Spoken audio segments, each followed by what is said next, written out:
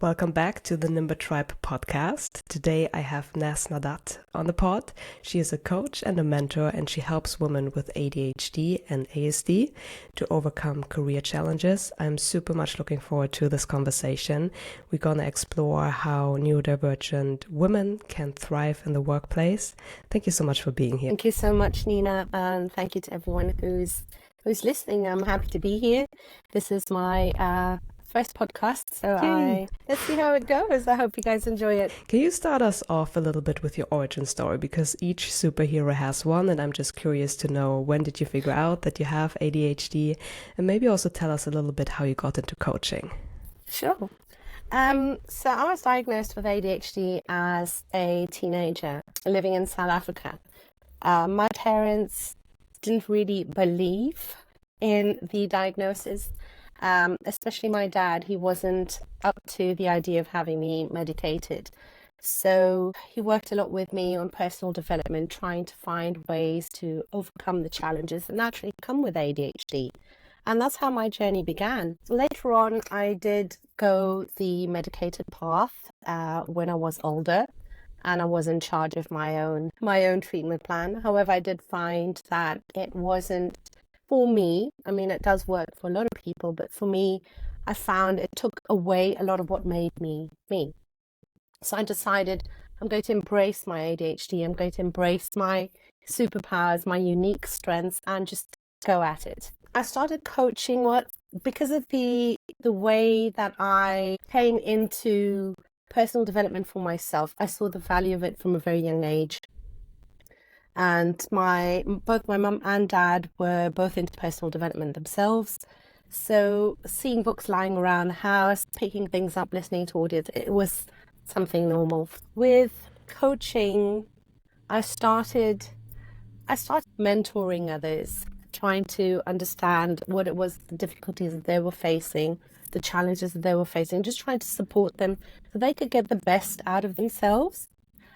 More formally, I trained in 2003 is when I started training professionally in order to get my coaching qualifications and in order to start working with people on a larger scale, make more of an impact.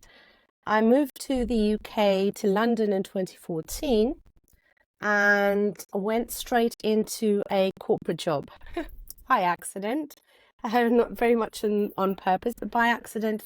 I had initially come for a holiday, but ended up working, and I've been here ever since. In the workplace, I recognized the stigma attached to ADHD, the way that you were perceived if you were open about it, or even open about your challenges, and having to mask that was really difficult. But being someone who understood what it is and understood the unique challenges people with ADHD, neurodivergent people face in general, I was able to recognize it in people around me. And the most painful thing was not being able to say anything, being able to, it's not like I was shut down, but the fear of stigma and how it's going to come across. What is it going to do to my career? What is it going to do to my professional reputation? How am I going to be perceived? So I didn't say anything about it, and I just kept it to myself, kept working on myself and helping others as much as I could behind the scenes. In 2007, I was made redundant. It was the first time that I've ever been made redundant, and for me it was a big deal because rejection sensitivity is something that we have to face. It's something that we face on a daily basis. So that took a big knock on my confidence, and also with regards to what am I going to do next. So of course I went to my comfort blanket, which is personal development. I got myself a coach, I got myself a mentor, trying to ascertain what would be the best way forward, what would be the best way for me that would make me feel more fulfilled and in line with my values and what I wanted to do in the world, the changes that I wanted to make. And that's how I began. So I began in 2007 on a part-time basis and building up my coaching practice, meeting amazing people along the way, learning so much about the differences in individuals with ADHD, because from the outside looking in, it's a label that people can go, oh, okay, everyone with ADHD behaves in a certain way or has a certain challenge. But it is very much a spectrum, and neurodivergence as a whole is, some people will experience rejection sensitivity, for example, in a higher, more intense way than others. So it's important to understand that there are differences, and somewhere along the spectrum is where each one of us is sitting. With personal development, we can get a grasp on our challenges, we can get a grasp on our strengths and use those to our advantage.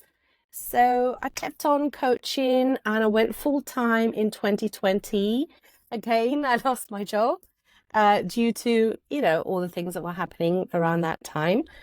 And I thought to myself, this is it. I either make my dream a reality now, or I carry on helping someone else achieve their dream in the corporate world and keep wondering what if.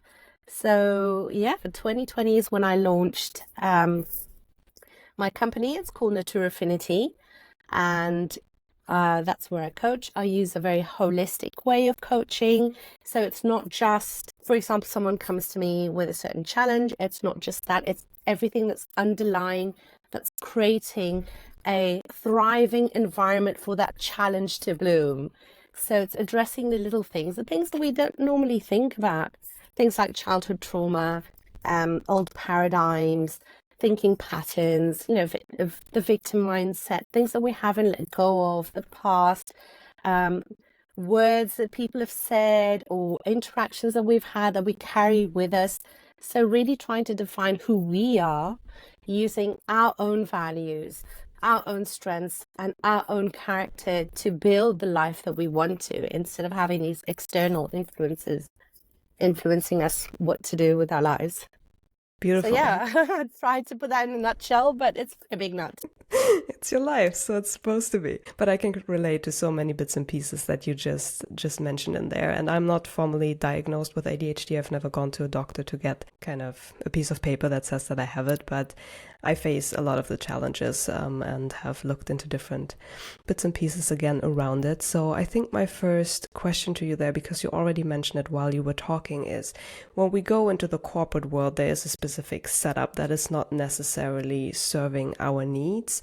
And then also often when we even move into entrepreneurship or anything like that, we still have kind of these pictures in our heads of this is how you should work. You should work from 9 to 5, and this is just how the world kind of works. Can you walk us through a little bit of how we can create kind of structures, daily routines that can really support us when we are struggling with these kind of neurodivergent tendencies? Okay. So I would always begin with really understanding. So it all starts with a really deep level of self-awareness. Being formally diagnosed or not, here in the UK, there are people who are sitting on the waiting list for a formal diagnosis for 2 years plus. There are private avenues that you can take in order to get diagnosed. But when you have ADHD, when you're neurodivergent, you know, because you grow up feeling different, knowing that you're different all the time. So as you grow older and you do a bit more research and you become more self-aware, you tend to connect the dots. So although a formal diagnosis is helpful, while you're waiting for it, you're able to kind of ascertain whether or not you do have elements of neurodivergence, ADHD, or if you're on the ASD spectrum. So setting yourself up for success, it all starts with knowing what works for you and knowing what doesn't. Going on to entrepreneurship, when you're your own boss, you don't have deadlines set for you. You don't have a manager who's micromanaging and checking that you've ticked all your boxes, crossed all your T's and dotted all your I's.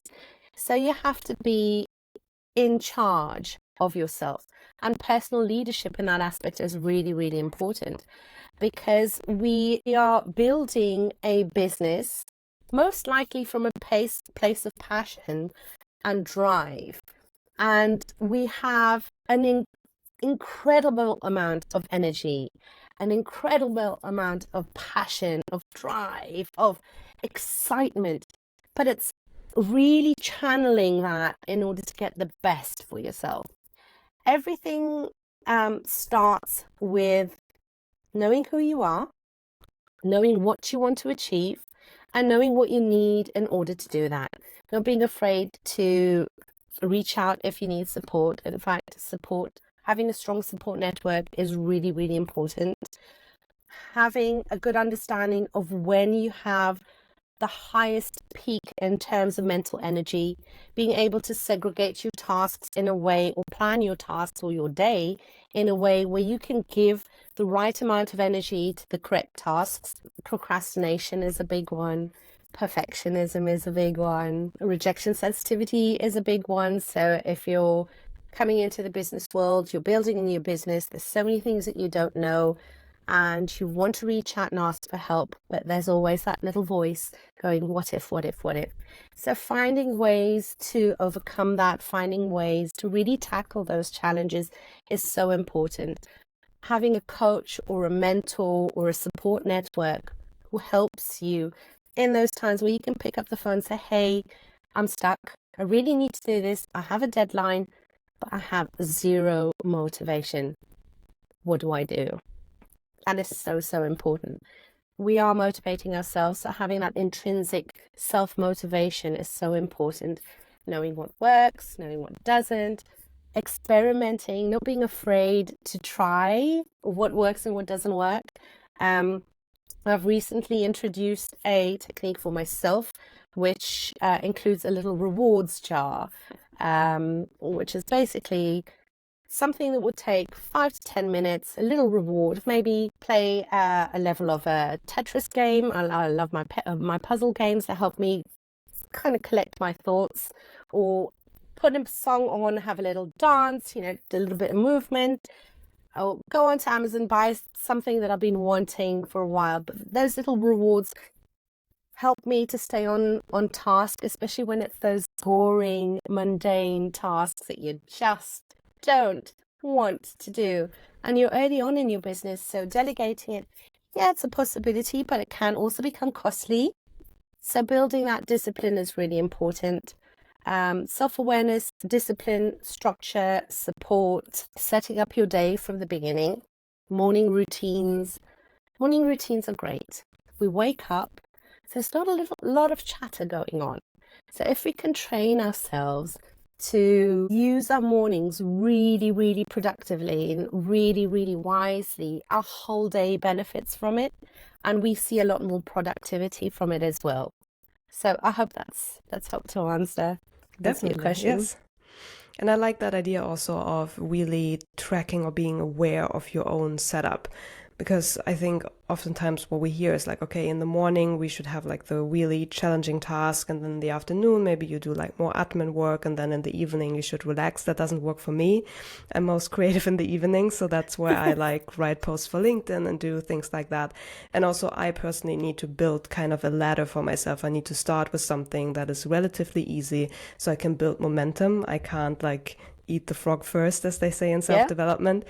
That just doesn't work for me. So I think there's a lot of value in just really looking at your own patterns, maybe even writing them down and see like, now I tried this in the morning, how did I feel about it? Or like just this experimental mindset seems really, really beneficial there. Absolutely. And just understanding how we are accessing, I think that would be a good way to look at it, how we're accessing our dopamine hits. Let's face it, we do need our little hits. And that's where things like quick wins come in.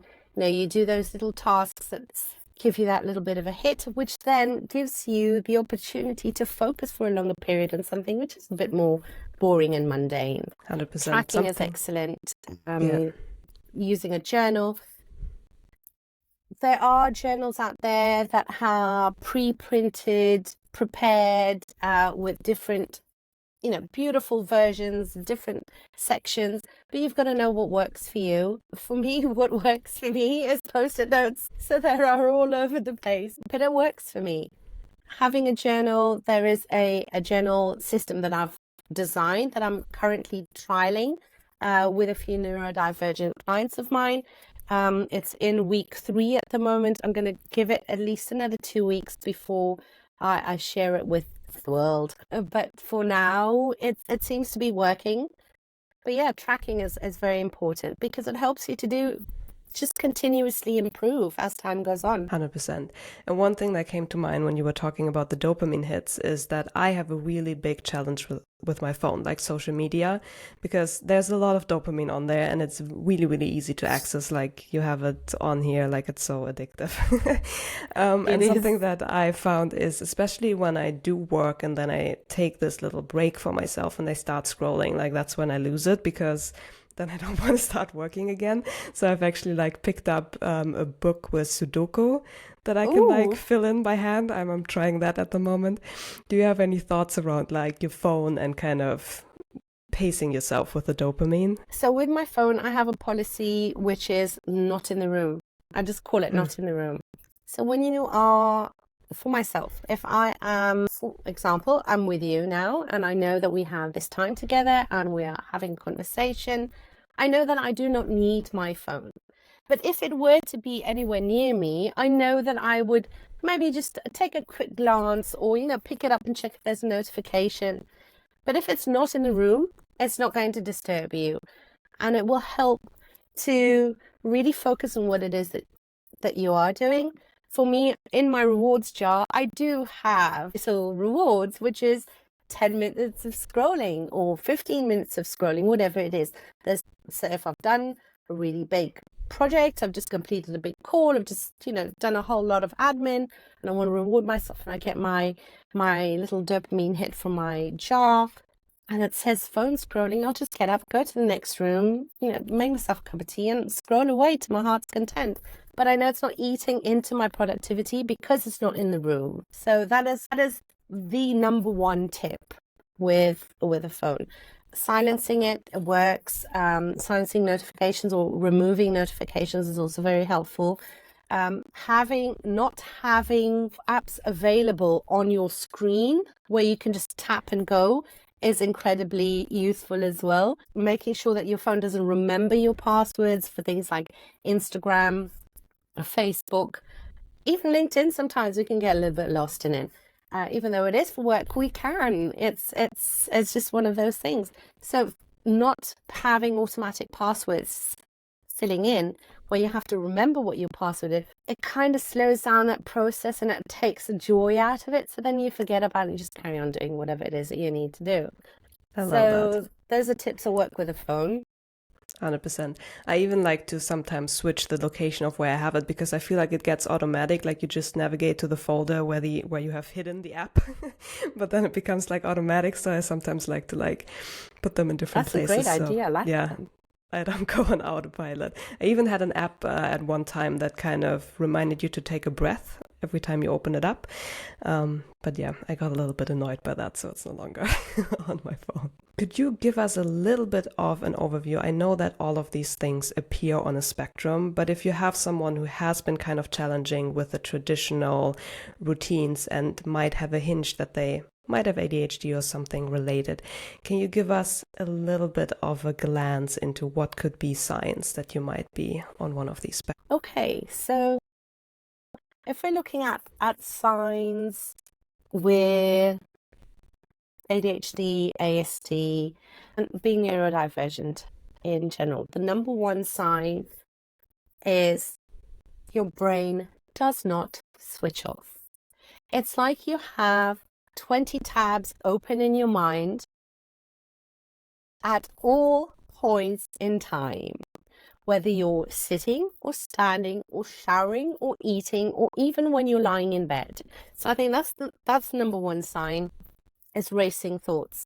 You also, one of the common signs would be the inclination, I think would be the best word to use, the inclination to interrupt or to share something when you're in a conversation, not because they're being rude, not because someone is being rude, but just because of that excitement, that natural excitement which comes out, and in order to share that they understand or they appreciate someone's experience, they will come out with a story of their own.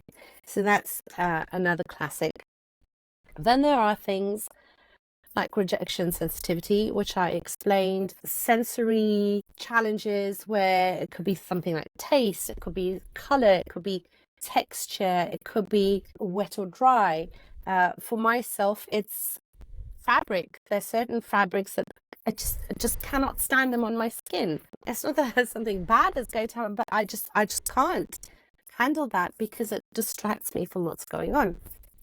Being easily distracted, difficulty sleeping, difficulty switching off, fear, dread, procrastination, catastrophizing, the what if monster is very, very much alive in a neurodivergence mind, and you're always looking at what if and if onlys.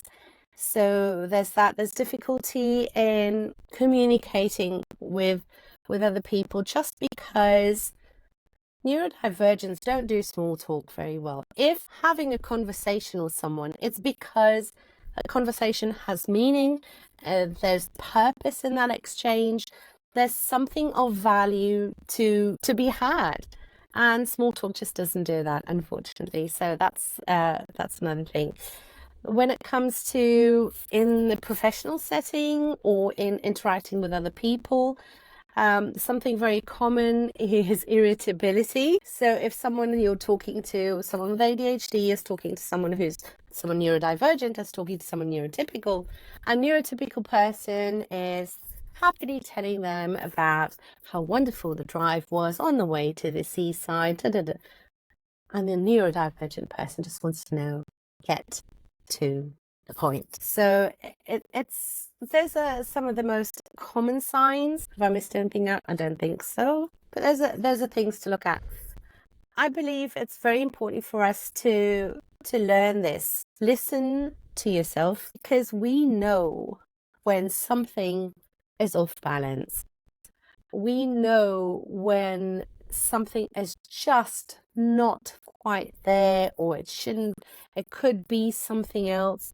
So listen to yourself. If you feel that you could have ADHD, you could be on the ASD spectrum, you could be neurodivergent, dyslexic, whatever it is that you feel you have a challenge with, trust yourself.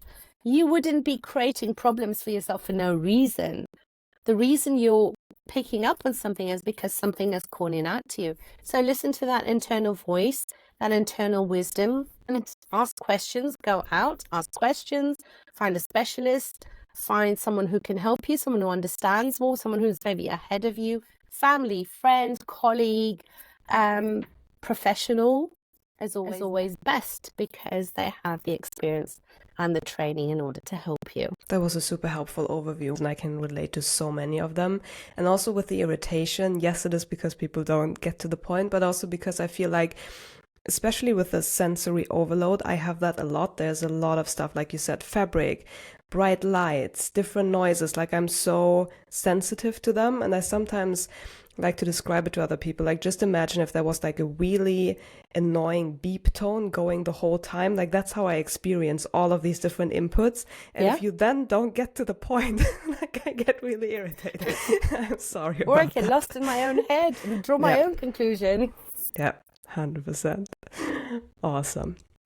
You talked a little bit about different challenges like procrastination and perfectionism, and I think both of them kind of go hand in hand. Can you take us a little bit on a journey of how we can maybe reframe them, how we can help ourselves, how we can even see these challenges? Okay, so this is something that I work a lot with in my coaching practice. Procrastination and perfectionism do indeed go hand in hand. And what I like to do when addressing something like procrastination is look at what are the underlying factors that cause us to procrastinate. So it's not so much the perfectionism. Yes, perfectionism is part of it, where we want to get something right the first time round. So we will tend to do a lot more research and reading beforehand as opposed to a neurotypical person. And this is because of the fear of getting it wrong. We don't want to get something wrong. So in order not to get it wrong, we will research it almost to the point of death. And then when it comes to the action of doing it, we've burnt out. And we already know so much about it. We feel like is the action even really required?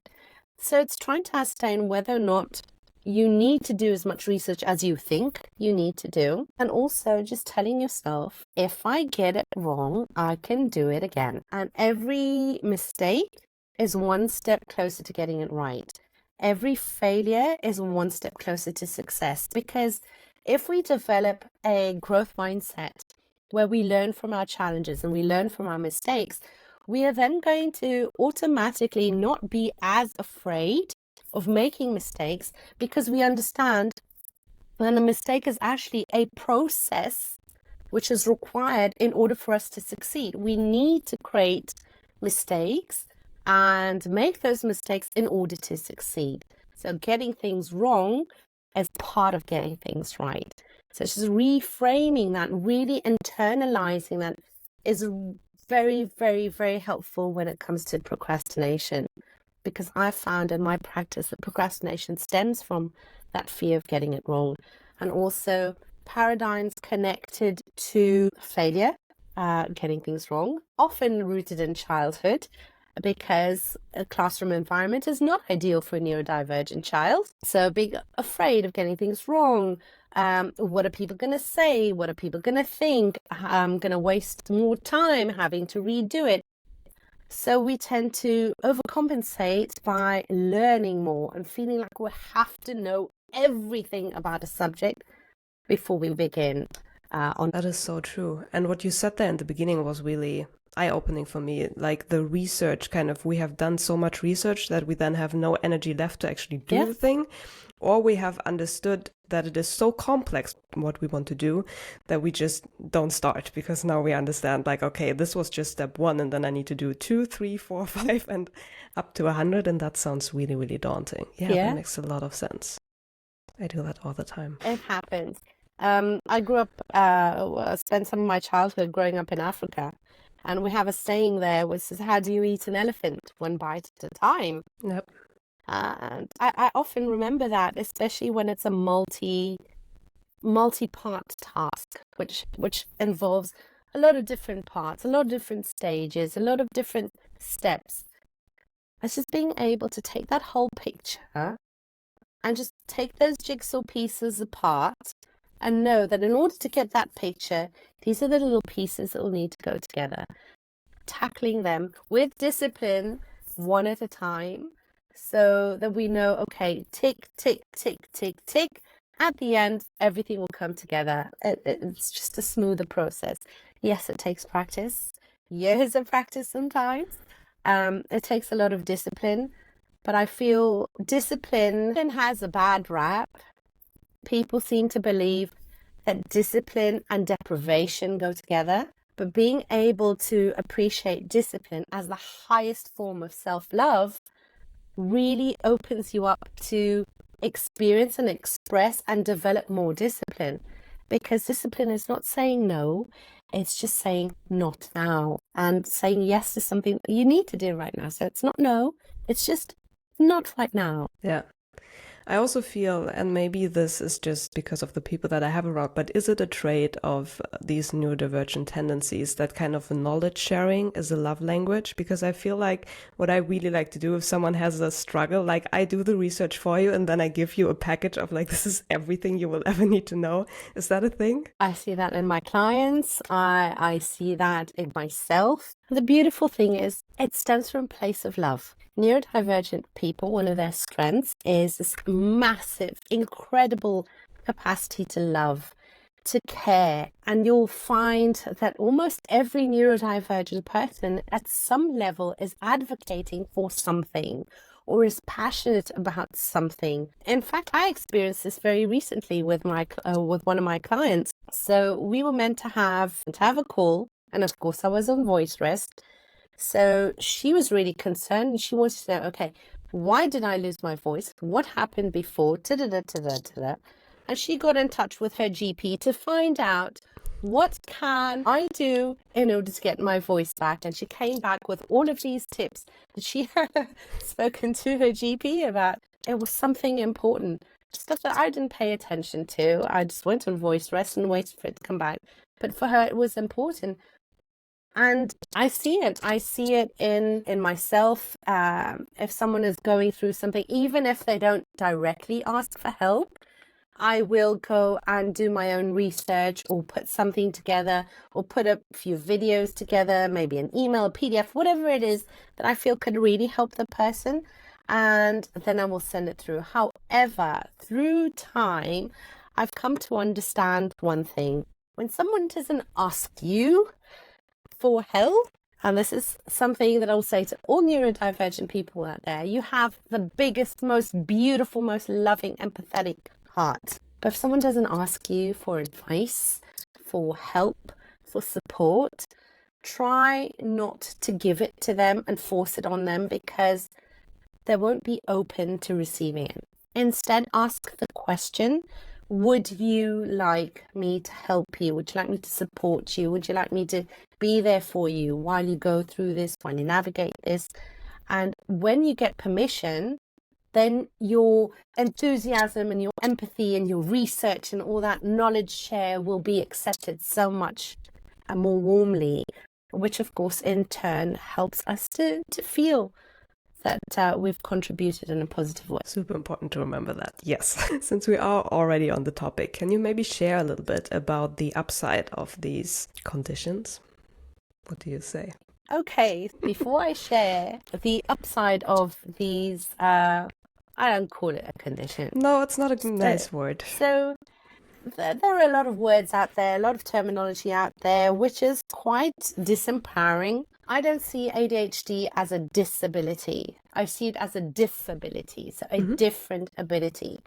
We have different abilities compared to neurotypical people. Back in the time, I don't know, the beginning of civilization, neurodivergent people would be the ones who would be leading tribes, going out and exploring, finding new places, trekking over the mountains to go and find new grazing land for the sheep, being enthusiastic and positive and leading their tribes into new and foreign places. And these are wonderful qualities. These are great qualities. Incredible passion, incredible drive, this big, beautiful heart, like I say, the enthusiasm, the creativity, the passion, the looking for the good and the best in a situation, the ability to adapt different environments, different countries, different cultures, to adapt to change, to growth through new systems. Adaptability is amazing. Multitasking, okay, this one can be it can be good, it can be a superpower, but it can also get you down.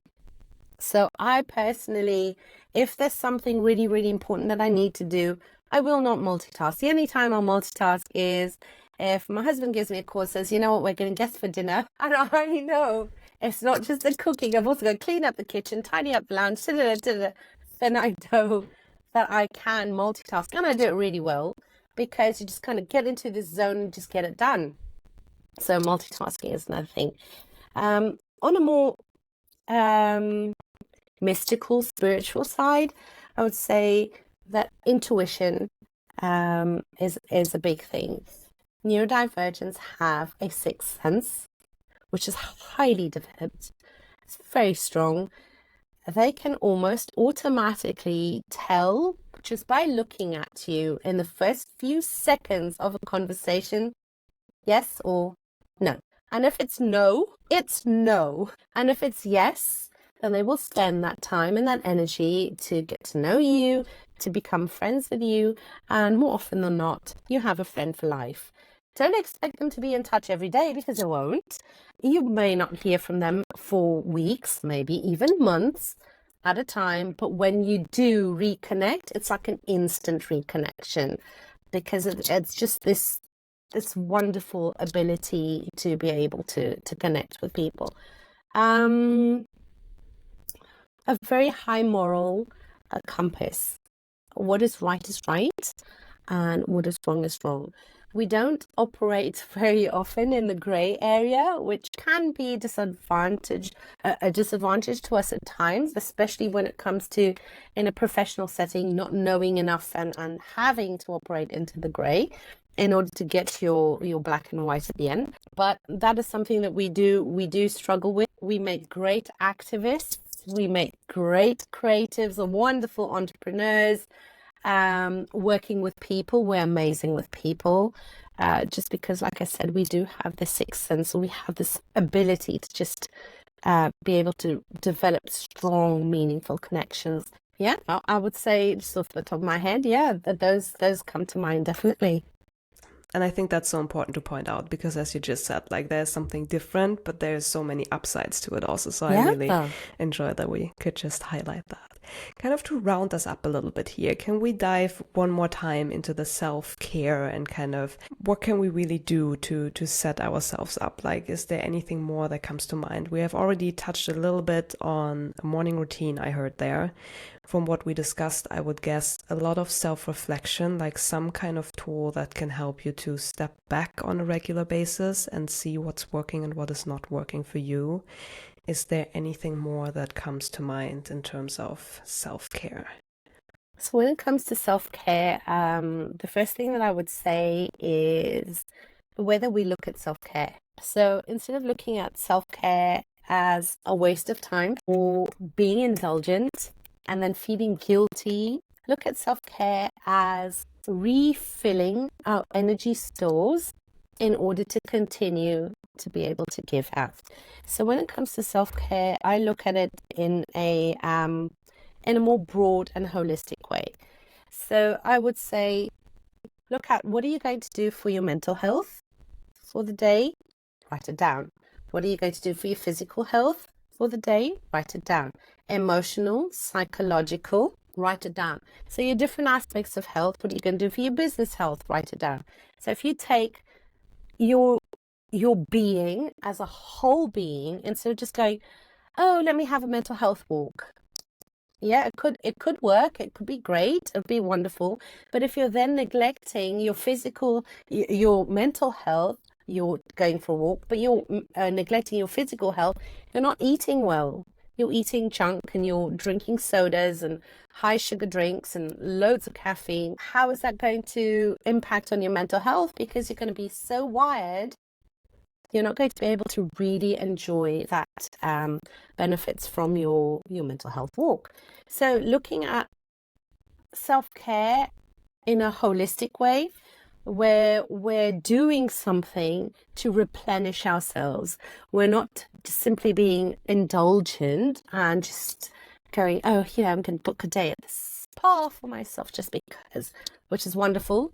You know, by all means, book yourself a day at the spa. You deserve it.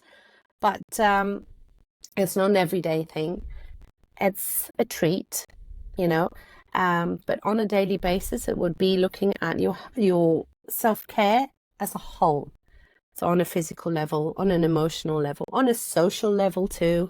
So reaching out to a friend, sharing a few messages, a quick 10-minute phone call to see how someone is, listening to an audio book, maybe for your own personal growth, a cup of tea, just having a mindful cup of tea where you're just sitting in the present moment, just you and your cup of tea and your thoughts and just enjoying that moment. The way we look at something determines the way we think about something. And the way we think about something determines the way we feel about something.